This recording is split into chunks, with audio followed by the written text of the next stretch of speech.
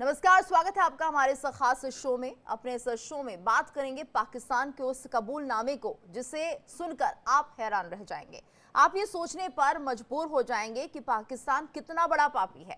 पाकिस्तान जिसको लेकर भारत हमेशा से सॉफ्ट रहा है, वही पाकिस्तान बार बार भारत को धोखा देता है। आखिर पाकिस्तान ने भारत को ऐसा क्या धोखा दे दिया है कि पाकिस्तान की आवाम उसे कटघरे में खड़ा कर रही है। देखिए इस पर ये हमारी रिपोर्ट और उसके बाद हम पाकिस्तान के इस करतूत पर अपने मेहमानों से भी चर्चा करेंगे।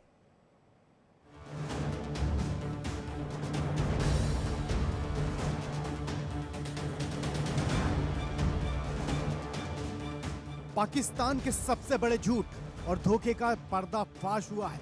पाकिस्तान न सिर्फ बेनकाब हुआ है बल्कि दुनिया के सामने उसकी सच्चाई आ गई है। और यह सच्चाई खुद पाकिस्तान के पूर्व प्रधानमंत्री नवाज शरीफ ने स्वीकार की।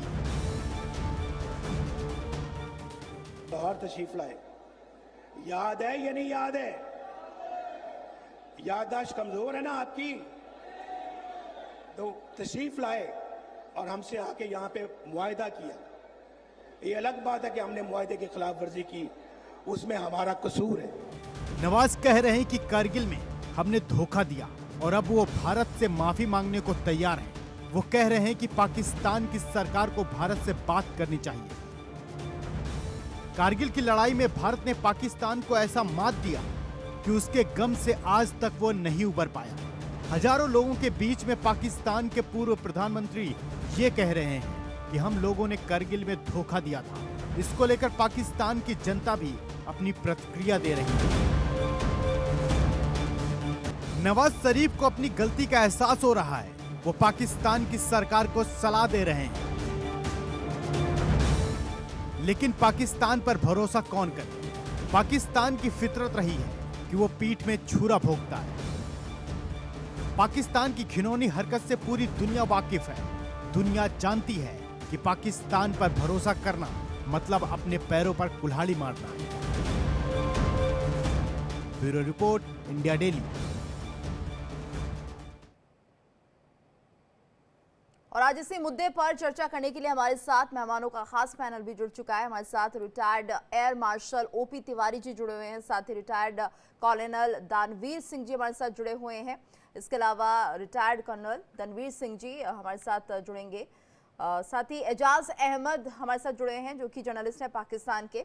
आप तीनों का बहुत बहुत स्वागत है इंडिया डेली पर। और हम लगातार देख रहे हैं कि अगर इस तरह की खबरें सामने आ रही है कि नवाज शरीफ यहाँ पर अपनी करतूत के लिए माफ़ी मांगते हुए दिखाई दे रहे हैं, करगिल को लेकर कह रहे हैं कि हमने जो किया वो गलत किया, तो इसे किस तरह से समझा जाए? तिवारी सर, सबसे पहले प्रतिक्रिया आपकी लेना चाहूँगी। आखिर इसके पीछे का कारण आपको क्या लग रहा है? ये देखिए, पॉलिटिकल लीडरशिप, मैं दोबारा कहना चाहूंगा कि पाकिस्तान की पॉलिटिकल लीडरशिप का कोई कंट्रोल नहीं है।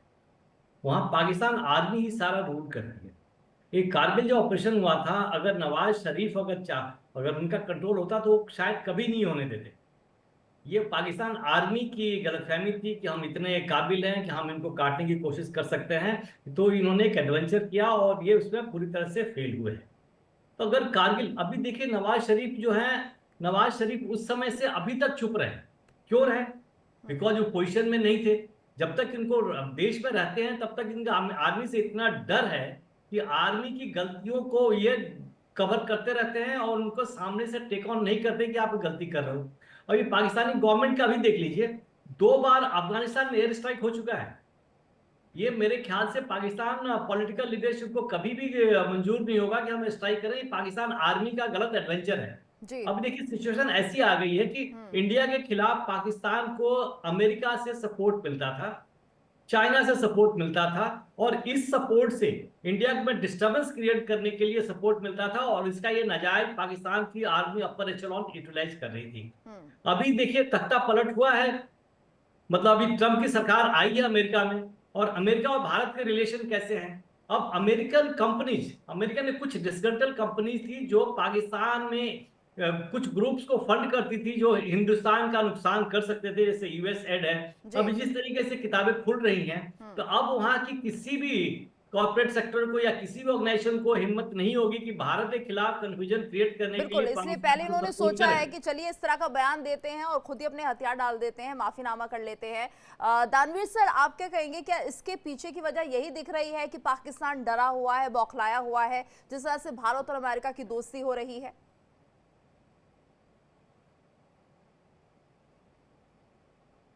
पूछ रही हैं? जी सर। देखिए, मेरा नाम दानवीर नहीं है, मेरा नाम शिवदान सिंह है।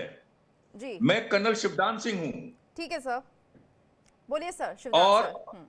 मैं ये बताना चाहता हूं कि यदि नवाज शरीफ ये महसूस करते हैं कि गलती हुई है, तो इस वक्त पूरे देश को, पाकिस्तान को ये सोचना चाहिए किस प्रकार से इस सेटअप को चेंज किया जाए। क्योंकि जितने भी युद्ध पाकिस्तान ने भारत के विरुद्ध लड़े हैं, वो सब सेना ने किसी भी सिविल सरकार से कोई मशवरा, कोई उनकी राय नहीं ली है। ये युद्ध अपने आप शुरू किया है और उनको अपने आप ही उसमें करारी हार मिली है। आप याद करिए, अक्टूबर 1947 सेना ने पाकिस्तान की जनता को यह दिखाने की कोशिश की कि क्योंकि वो शुरू हो रहा था उनका अलग देश, तो उन्होंने ये दिखाने की कोशिश की कि केवल भारतीय सेना ही आपकी देखभाल कर सकती है, सॉरी, पाकिस्तानी सेना ही तुम्हारी मदद कर सकती है, तुम्हें इंडिया से बचा सकती है। इसलिए जानबूझकर उन्होंने कश्मीर पर हमला किया। 65 की लड़ाई खुद पाकिस्तान ने शुरू की और उन्हें करारी हार मिली। उसके बाद 71 की लड़ाई में 3 दिसंबर 1971 को पाकिस्तान के हवाई जहाजों ने हमारे भारत के 6 हवाई अड्डों पर हमला किया। तो इस प्रकार से वहां की सेना बियॉन्ड कंट्रोल है, उसका स्ट्रक्चर इस प्रकार हो गया है, वो तानाशाह हो गई है। इसलिए यदि पाकिस्तान में सुधार लाना है तो उनको अपनी सेना को कंट्रोल में लाना है। जैसे प्रजातंत्र की सेना होती है, पाकिस्तानी सेना को उस प्रकार बनना पड़ेगा। और संयुक्त राष्ट्र संघ में प्रोविजन है कि जिस देश में सेना का कंट्रोल होता है या सेना का रूल होता है, वहां की एड को या उसको कुछ उसमें कमी की जाती है। मगर पाकिस्तान की सेना इतनी चालाकी से काम करती है कि बिहाइंड द सीन रह करके अपना कंट्रोल रखती है और संयुक्त राष्ट्र संघ को यह दिखाती है कि ये प्रजातांत्रिक सरकार है यहाँ पर। तो इसलिए पाकिस्तान का जो इंफ्रास्ट्रक्चर है, ढांचा है, वो पूरा सेना के कंट्रोल में आ चुका है। और जब तक सेना अपना बिहेवियर बदलेगी नहीं पाकिस्तान में, तब तक पाकिस्तान के हालात नहीं सुधरेंगे। इवन वहां की जो पाकिस्तान में जो बद इंतजामी फैली हुई है, चारों तरफ भुखमरी फैल रही है और चारों तरह के क्राइसिस हो रहे हैं। यानी कि पूर्व प्रधानमंत्री नवाज तो ये कह रहे हैं कि हमें माफी मांग लेनी चाहिए और करगिल में जो हुआ वो गलत हुआ, लेकिन अहमद साहब आपसे भी समझना चाहेंगे कि आखिर इसमें जो पाकिस्तानी सेना है, क्या उनका स्टैंड भी वही होगा? क्या वो भी यही मानते हैं? क्या वो माफी मांगेंगे भारत से, जो करगिल में हुआ वो सही नहीं हुआ? जी देखिए, एक तो मैं आई अपॉलॉजी कि मैं जरा क्वेश्चन करना चाहता हूं आप लोगों की अपनी क्रेडिबिलिटी को। अब नवाज शरीफ ने ये स्टेटमेंट कब दी थी? इट वाज इयर्स बैक, बहुत पुरानी बात है ये, ठीक है, आज की स्टेटमेंट नहीं है। 10 साल के बाद आप एक पुरानी स्टेटमेंट को लाकर गड़े मुर्दे उखाड़ रहे हैं और अपने लोगों को ये इम्पैक्ट अपने लोगों को देने की कोशिश कर रहे हैं कि एज इफ ये अभी की स्टेटमेंट है। This is not fair, number one, and this is not journalism, this is called propaganda. I believe this is called propaganda. सच्चाई सामने लाए तो वो जर्नलिज्म नहीं होता है। देखिए ना, मेरी सुनिए ना, दूसरी बात क्या है, पाकिस्तान ने कारगिल में, मुझे नहीं पता कि उस वक्त के हालात क्या थे, ठीक है, I was a reporter then, लेकिन मैं उस वक्त डिफेंस कवर नहीं करता था। लेकिन पाकिस्तान के एक आलमी नेता ने, आलमी सतह के नेता ने, जो फॉर्मर प्राइम मिनिस्टर रहा, 3 टाइम फॉर्मर प्राइम मिनिस्टर, अगर एक मिस्टेक भी है तो उसने उसका मिस्टेक को एक्सेप्ट किया, एडमिट किया। ये इसका तो आपको शुक्रिया अदा करना चाहिए कि एक आदमी ने, अगर कोई मिस्टेक हुई है, जिसको बहुत सारे लोग शायद ये समझते हो कि मिस्टेक नहीं है, मैं चूंकि जर्नलिस्ट हूँ, मैं किसी तरफ की भी साइड नहीं लूंगा, तो उसको अप्रिशिएट करना चाहिए था। आप लोग 10 साल के बाद पाकिस्तान के काम ऐसे रहे हैं कि ना तो उम्मीद आ रही है कि आखिर ऐसा हुआ क्यों, और वो इतना महान देश भी नहीं है कि हम उसका शुक्रिया अदा करें कि ठीक है आपने अपनी गलती कबूल कर ली। हाँ जी बोलिए। मैंने आप तमाम की बात चाहता हूँ। शिवदान सर एक सेकंड रुक जाइएगा सर, पहले इनका पूरी प्रतिक्रिया ले लेते हैं, फिर आपके पास मेरी बात पूरी हो जाने दे, मेरी बात पूरी हो जाने। एक तो नवाज शरीफ ने एडमिट किया, इसको अप्रिशिएट करना चाहिए था, नंबर 1। दूसरी बात ये है कि आपने, यानी मैं आप तीनों को पॉइंट आउट नहीं कर रहा हूं, मैं बीइंग द इंडिया आपसे बात कर रहा हूं कि आपके देश ने क्या किया। आपके देश ने तो यूएन के साथ धोखा किया कि नेहरू जी लेकर गए कश्मीर का मसला, जो डिवीजन का जो फॉर्मूला था वो ना सर पाकिस्तान में। नहीं, उससे पहले हरी सिंह ने, भारत की तरफ से आतंकवादी घटनाएं नहीं हुई है सर। जो रेड क्लिफ अवार्ड था उसकी खिलाफ वर्जी करते हुए हरी सिंह ने जो अवार्ड था वो बेस्ड ये था कि अगर पब्लिक जो है वो अगर उसकी it is dominated by Hindus तो वो इंडिया के साथ जाएगी, अगर वो मुस्लिम रहे तो वो पाकिस्तान के साथ जाएगी।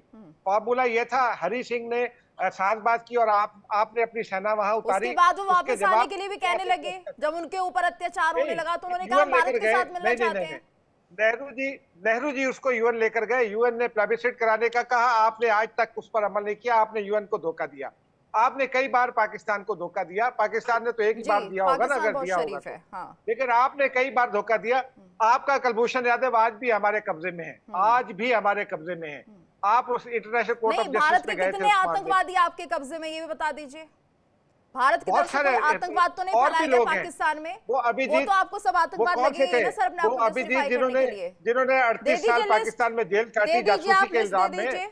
भारत को दीजिए, भारत सरकार को। चार लोगों को तो मैं जानता हूँ, 3 आपके साबका फौजी हैं जो अपनी अपनी सजा मुकम्मल करके गए और वहां जाकर उन्होंने एडमिट भी किया। फिर मोदी जी ने ढाका यूनिवर्सिटी में खड़े होकर ये एडमिट किया कि हमने पाकिस्तान को तोड़ा, वो बांग्लादेश बनवाया। जी, ये हमने तोड़ा, हमसे सहयोग मांगा गया था सर।